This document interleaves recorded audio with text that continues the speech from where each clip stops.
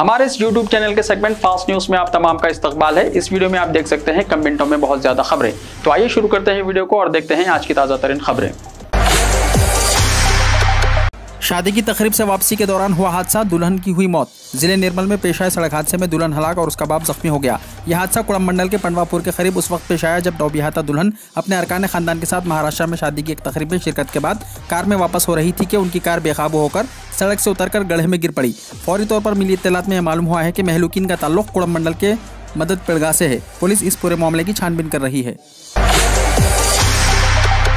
Government schools और colleges में सफाई के इंतजाम। जीएचएमसी की जानिब से 1133 गवर्नमेंट स्कूल्स और कॉलेजेस में सफाई के इंतजाम किए जा रहे हैं। रियासती हुकूमत ने 1 सितंबर से स्कूल्स और कॉलेजेस को दोबारा खोलने का ऐलान किया। इस सिलसिले में हुकूमत ने शहरी इलाकों में म्युनिसिपल कॉर्पोरेशन और दही इलाकों में जिला परिषद मंडल परिषद को सरकारी स्कूल्स और कॉलेजेस की साफ सफाई की जिम्मेदारी दी थी।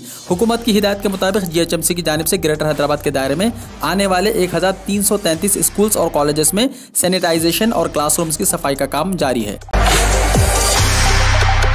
गवर्नमेंट स्कूल्स में एक दिन के वक्फे से क्लासेस होंगी। तलबा की तादाद पर जायजे के बाद कलेक्टर्स करेंगे फैसला, महकमा तालीम ने दिया बयान।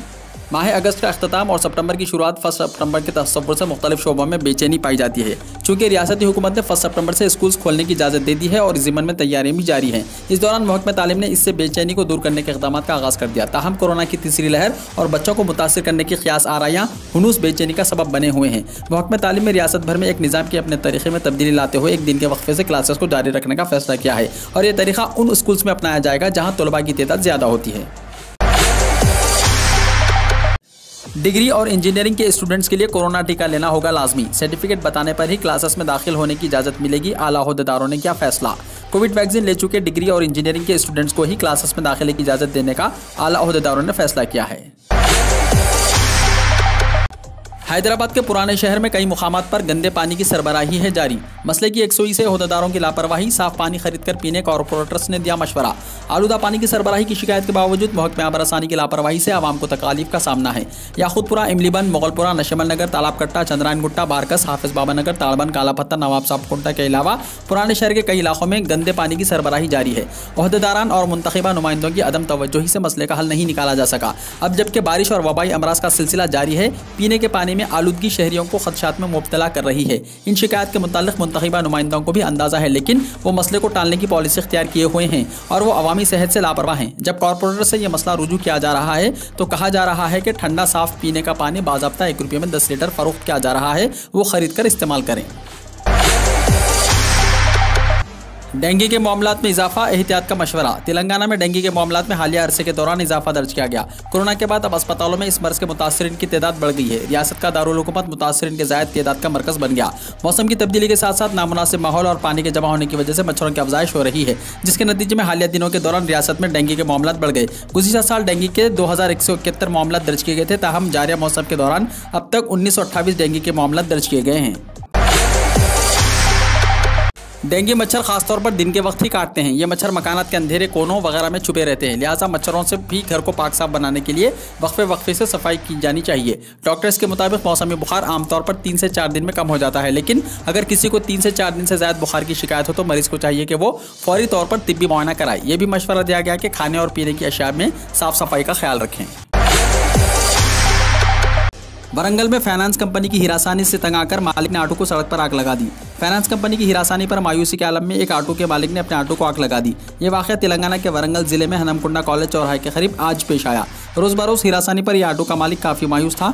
उसका कहना है कि वो पहले ही खर्च के बोझ तले दबा हुआ था। ताहम रही सही कसर पेट्रोल की कीमत में हालिया दिनों में हुए गैर मामूली इजाफे ने पूरी कर दी। उसने कहा कि कोरोना की लहर की वजह से वो ऑटो का फाइनेंस अदा नहीं कर सका। कोरोना से पहले इसने फाइनेंस पर ऑटो की खरीदी की थी। इसने चौराहे पर पेट्रोल डालकर ऑटो को आग लगा दी और देखते ही देखते ऑटो जलकर खाकिस्तान हो गया। तेलंगाना और आंध्र प्रदेश में सितंबर में 7 दिन बैंक्स बंद रहेंगे। आरबीआई ने मुख्तलिफ रियासतों में वहां के त्यौहारों के लिहाज से बैंक्स को तातीलात का ऐलान किया है। दोनों तेलुगु रियासतों तेलंगाना और आंध्र प्रदेश में सितंबर में 7 दिन बैंक्स को तातीलात होंगी। आइंदा महीने की 5, 12, 19, 26 तारीख को इतवार की छुट्टी है। 11 तारीख को दूसरा हफ्ता है, 25 तारीख को चौथा हफ्ता है, जिसकी वजह से बैंक्स को तातीलात होंगी। इन 6 तातीलात के साथ साथ 10 सितंबर को विनायक चतुर्थी की छुट्टी दी गई है। इसी तरह महीने की 10, 11, 12 तारीख को एक साथ 3 दिन छुट्टियां होंगी।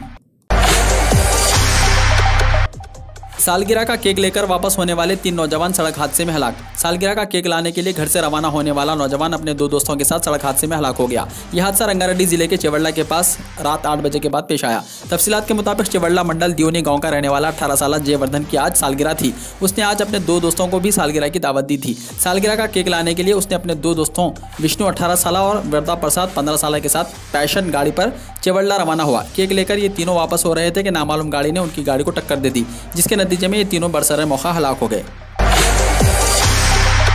ओपन यूनिवर्सिटी के यूजी और पीजी प्रोग्राम्स में एडमिशन की तारीख बढ़ा दी गई। Doctor B R Ambedkar open university की तालीमी साल 2021-22 के लिए under graduate BA BCom BSc और post graduation MA MCom MSc BLISc MLISc PG diploma और सर्टिफिकेट प्रोग्राम्स में बजरी ऑनलाइन डायरेक्ट दाखिलों की तारीख में 3 सितंबर तक तौसी कर दी गई है। मज़ीद तफसीलात के लिए वेबसाइट www.braoonline.in या फिर फ़ोन नंबर्स 7382929570 7382929580 पर कॉन्टैक्ट कर सकते हैं। जगत्याल जिले के मलियाल में आवारा कुत्तों के हमले में 12 अफराद जख्मी। जगत्याल जिले के मलियाल में आवारा कुत्तों के हमले में 12 अफराद जख्मी हो गए, जिनमें छोटे बच्चे और मुअम्मर अफराद भी शामिल हैं। कुत्तों के हमले में 3 साला ऋषिका की आंख शदीद जख्मी हो गई। तमाम जख्मियों को मलियाल के प्राइमरी हेल्थ सेंटर में इलाज किया गया। मुंबई के एक स्कूल में 22 तलबा कोरोना से मुतासिर। मुताल्लिका स्कूल मोहर बंद, पड़ोसी रियासत की सूरत हाल पर तेलंगाना के वालिदैन में बेचैनी। मुंबई में एक स्कूल में 95 तलबा के RT-PCR मुआयने के बाद 22 तलबा कोरोना वायरस से मुतासिर पाए गए हैं और स्कूल की इमारत को हुकाम की जानिब से मोहर बंद कर दिया गया। रियासत तेलंगाना में हुकूमत की जानिब से 1 सितंबर से स्कूलों की कुशादगी का फैसला किया गया है और कहा जा रहा है कि क्लासेस में तलबा की शिरकत को लाजमी करार दिया जाएगा। साउथ मुंबई के बोर्डिंग स्कूल में तालीम हासिल करने वाले तलबा में कोरोना वायरस की अलामत पाई जाने के बाद उनके मुआयने का फैसला किया गया और ब्रिहन मुंबई म्यूनसिपल कॉर्पोरेशन की जानिब से स्कूल में तालीम हासिल कर रहे 95 तलबा का RT-PCR मुआयना किया गया, जिनमें 22 तलबा को कोरोना वायरस की तौसीक हुई और इन्हें मुख्तलिफ दवाखानों में शरीक कराया जा चुका है। सितंबर और अक्टूबर में मुल्क में कोरोना की तीसरी लहर का इम्कान, दूसरी लहर से निजात नहीं मिली। तेलंगाना के अलावा कई रियासतों में केसों में इजाफे पर मरकज़ को हुई तशवीश। मरकजी हुकूमत ने तमाम रियासतों को सितंबर और अक्टूबर में कोरोना की इम्कानी तीसरी लहर के लिए चौकसी का मशवरा दिया। मरकज़ ने अंदेशा जाहिर किया है कि कोरोना की तीसरी लहर सितंबर या अक्टूबर में अपना असर दिखा सकती है, लिहाजा ईद, त्यौहार और तकारीब में एहतियात से काम लिया जाए। प्रीपेड बरखी मीटर्स की तनसीब के लिए अनकरीब अहकामात होंगे जारी। पहले सरकारी और नए बरखी कनेक्शन पर अमल। बरखी के लिए फ़ोन की तरह पहले रिचार्ज करवाना होगा।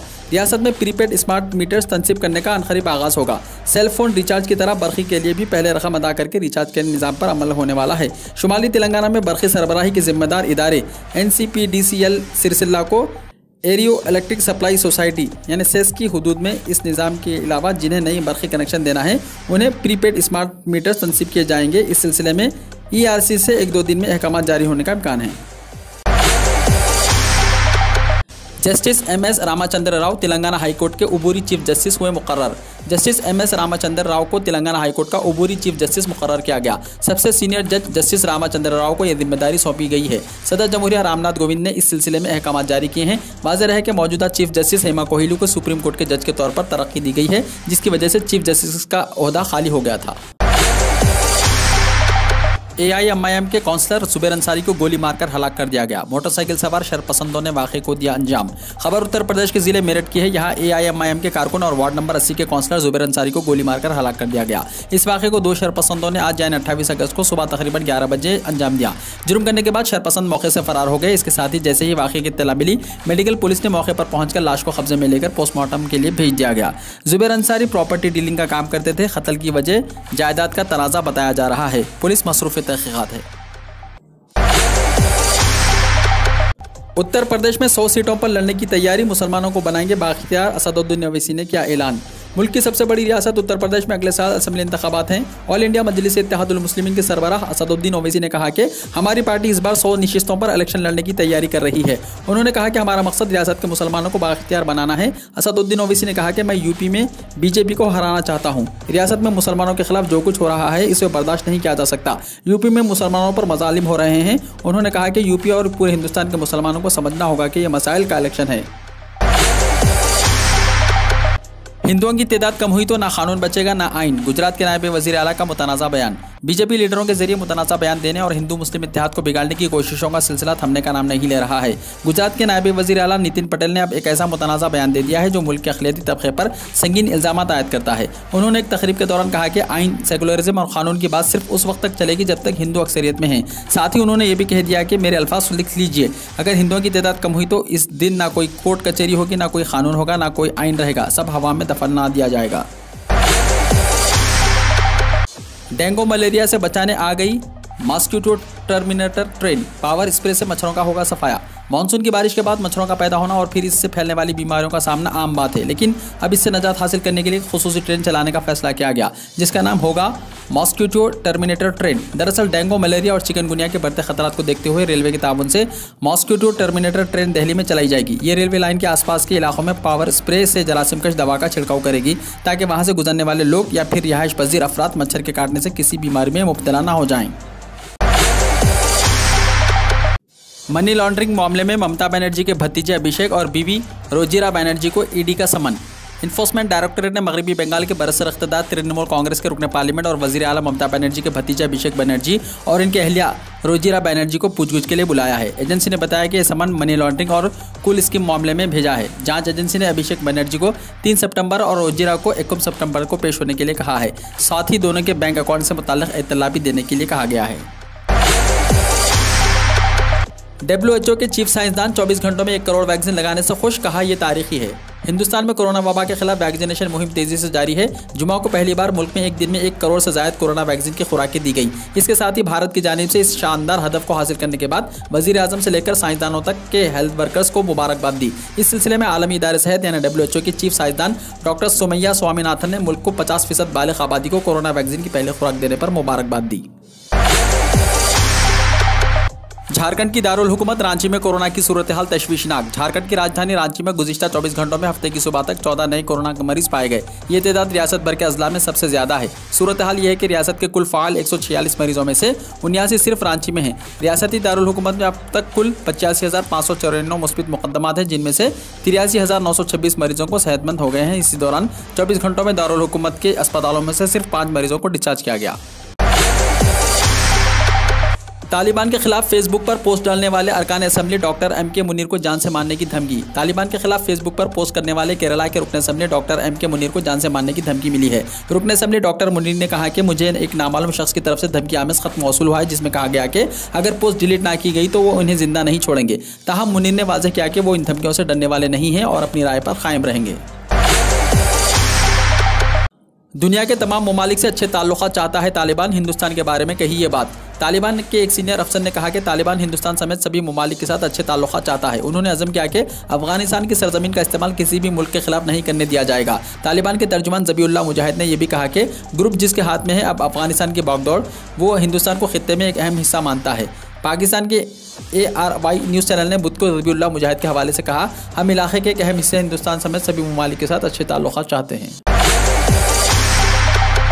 अमेरिका ने काबुल धमाके का बदला लिया, दाइश के गढ़ पर ड्रोन बमबारी। अफगानिस्तान के दारुल हुकूमत काबुल एयरपोर्ट पर खुदकुश धमाके के बाद अमेरिका ने दहशतगर्द तंजीम दाइश खुरासान ग्रुप पर 36 घंटों के अंदर बड़ी कार्रवाई की है। खबर रसाई इदारे AFPI ने पेंटागन के हवाले से बताया कि अमेरिका ने अफगानिस्तान में दाइश के ठिकानों पर ड्रोन हमले किए। इसके साथ ही अमेरिका ने शहरियों से कहा कि वो काबुल एयरपोर्ट का गेट फौरन छोड़ दें। अमेरिकी महकमे दिफा के तर्जुमान कैप्टन बिल अर्बन ने कहा कि काबुल धमाकों का मास्टरमाइंड भी नंगर हमले में मारा गया।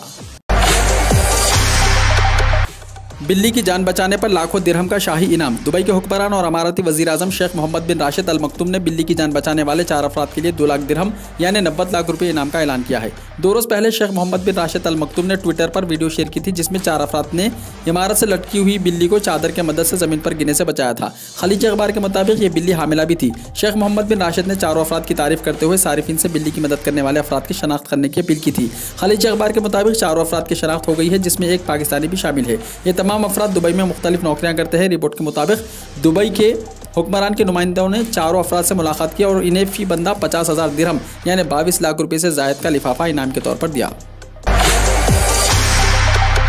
तिब्बती स्कूल को चीनी जबान अपनाने पर मजबूर कर रहा है चीन।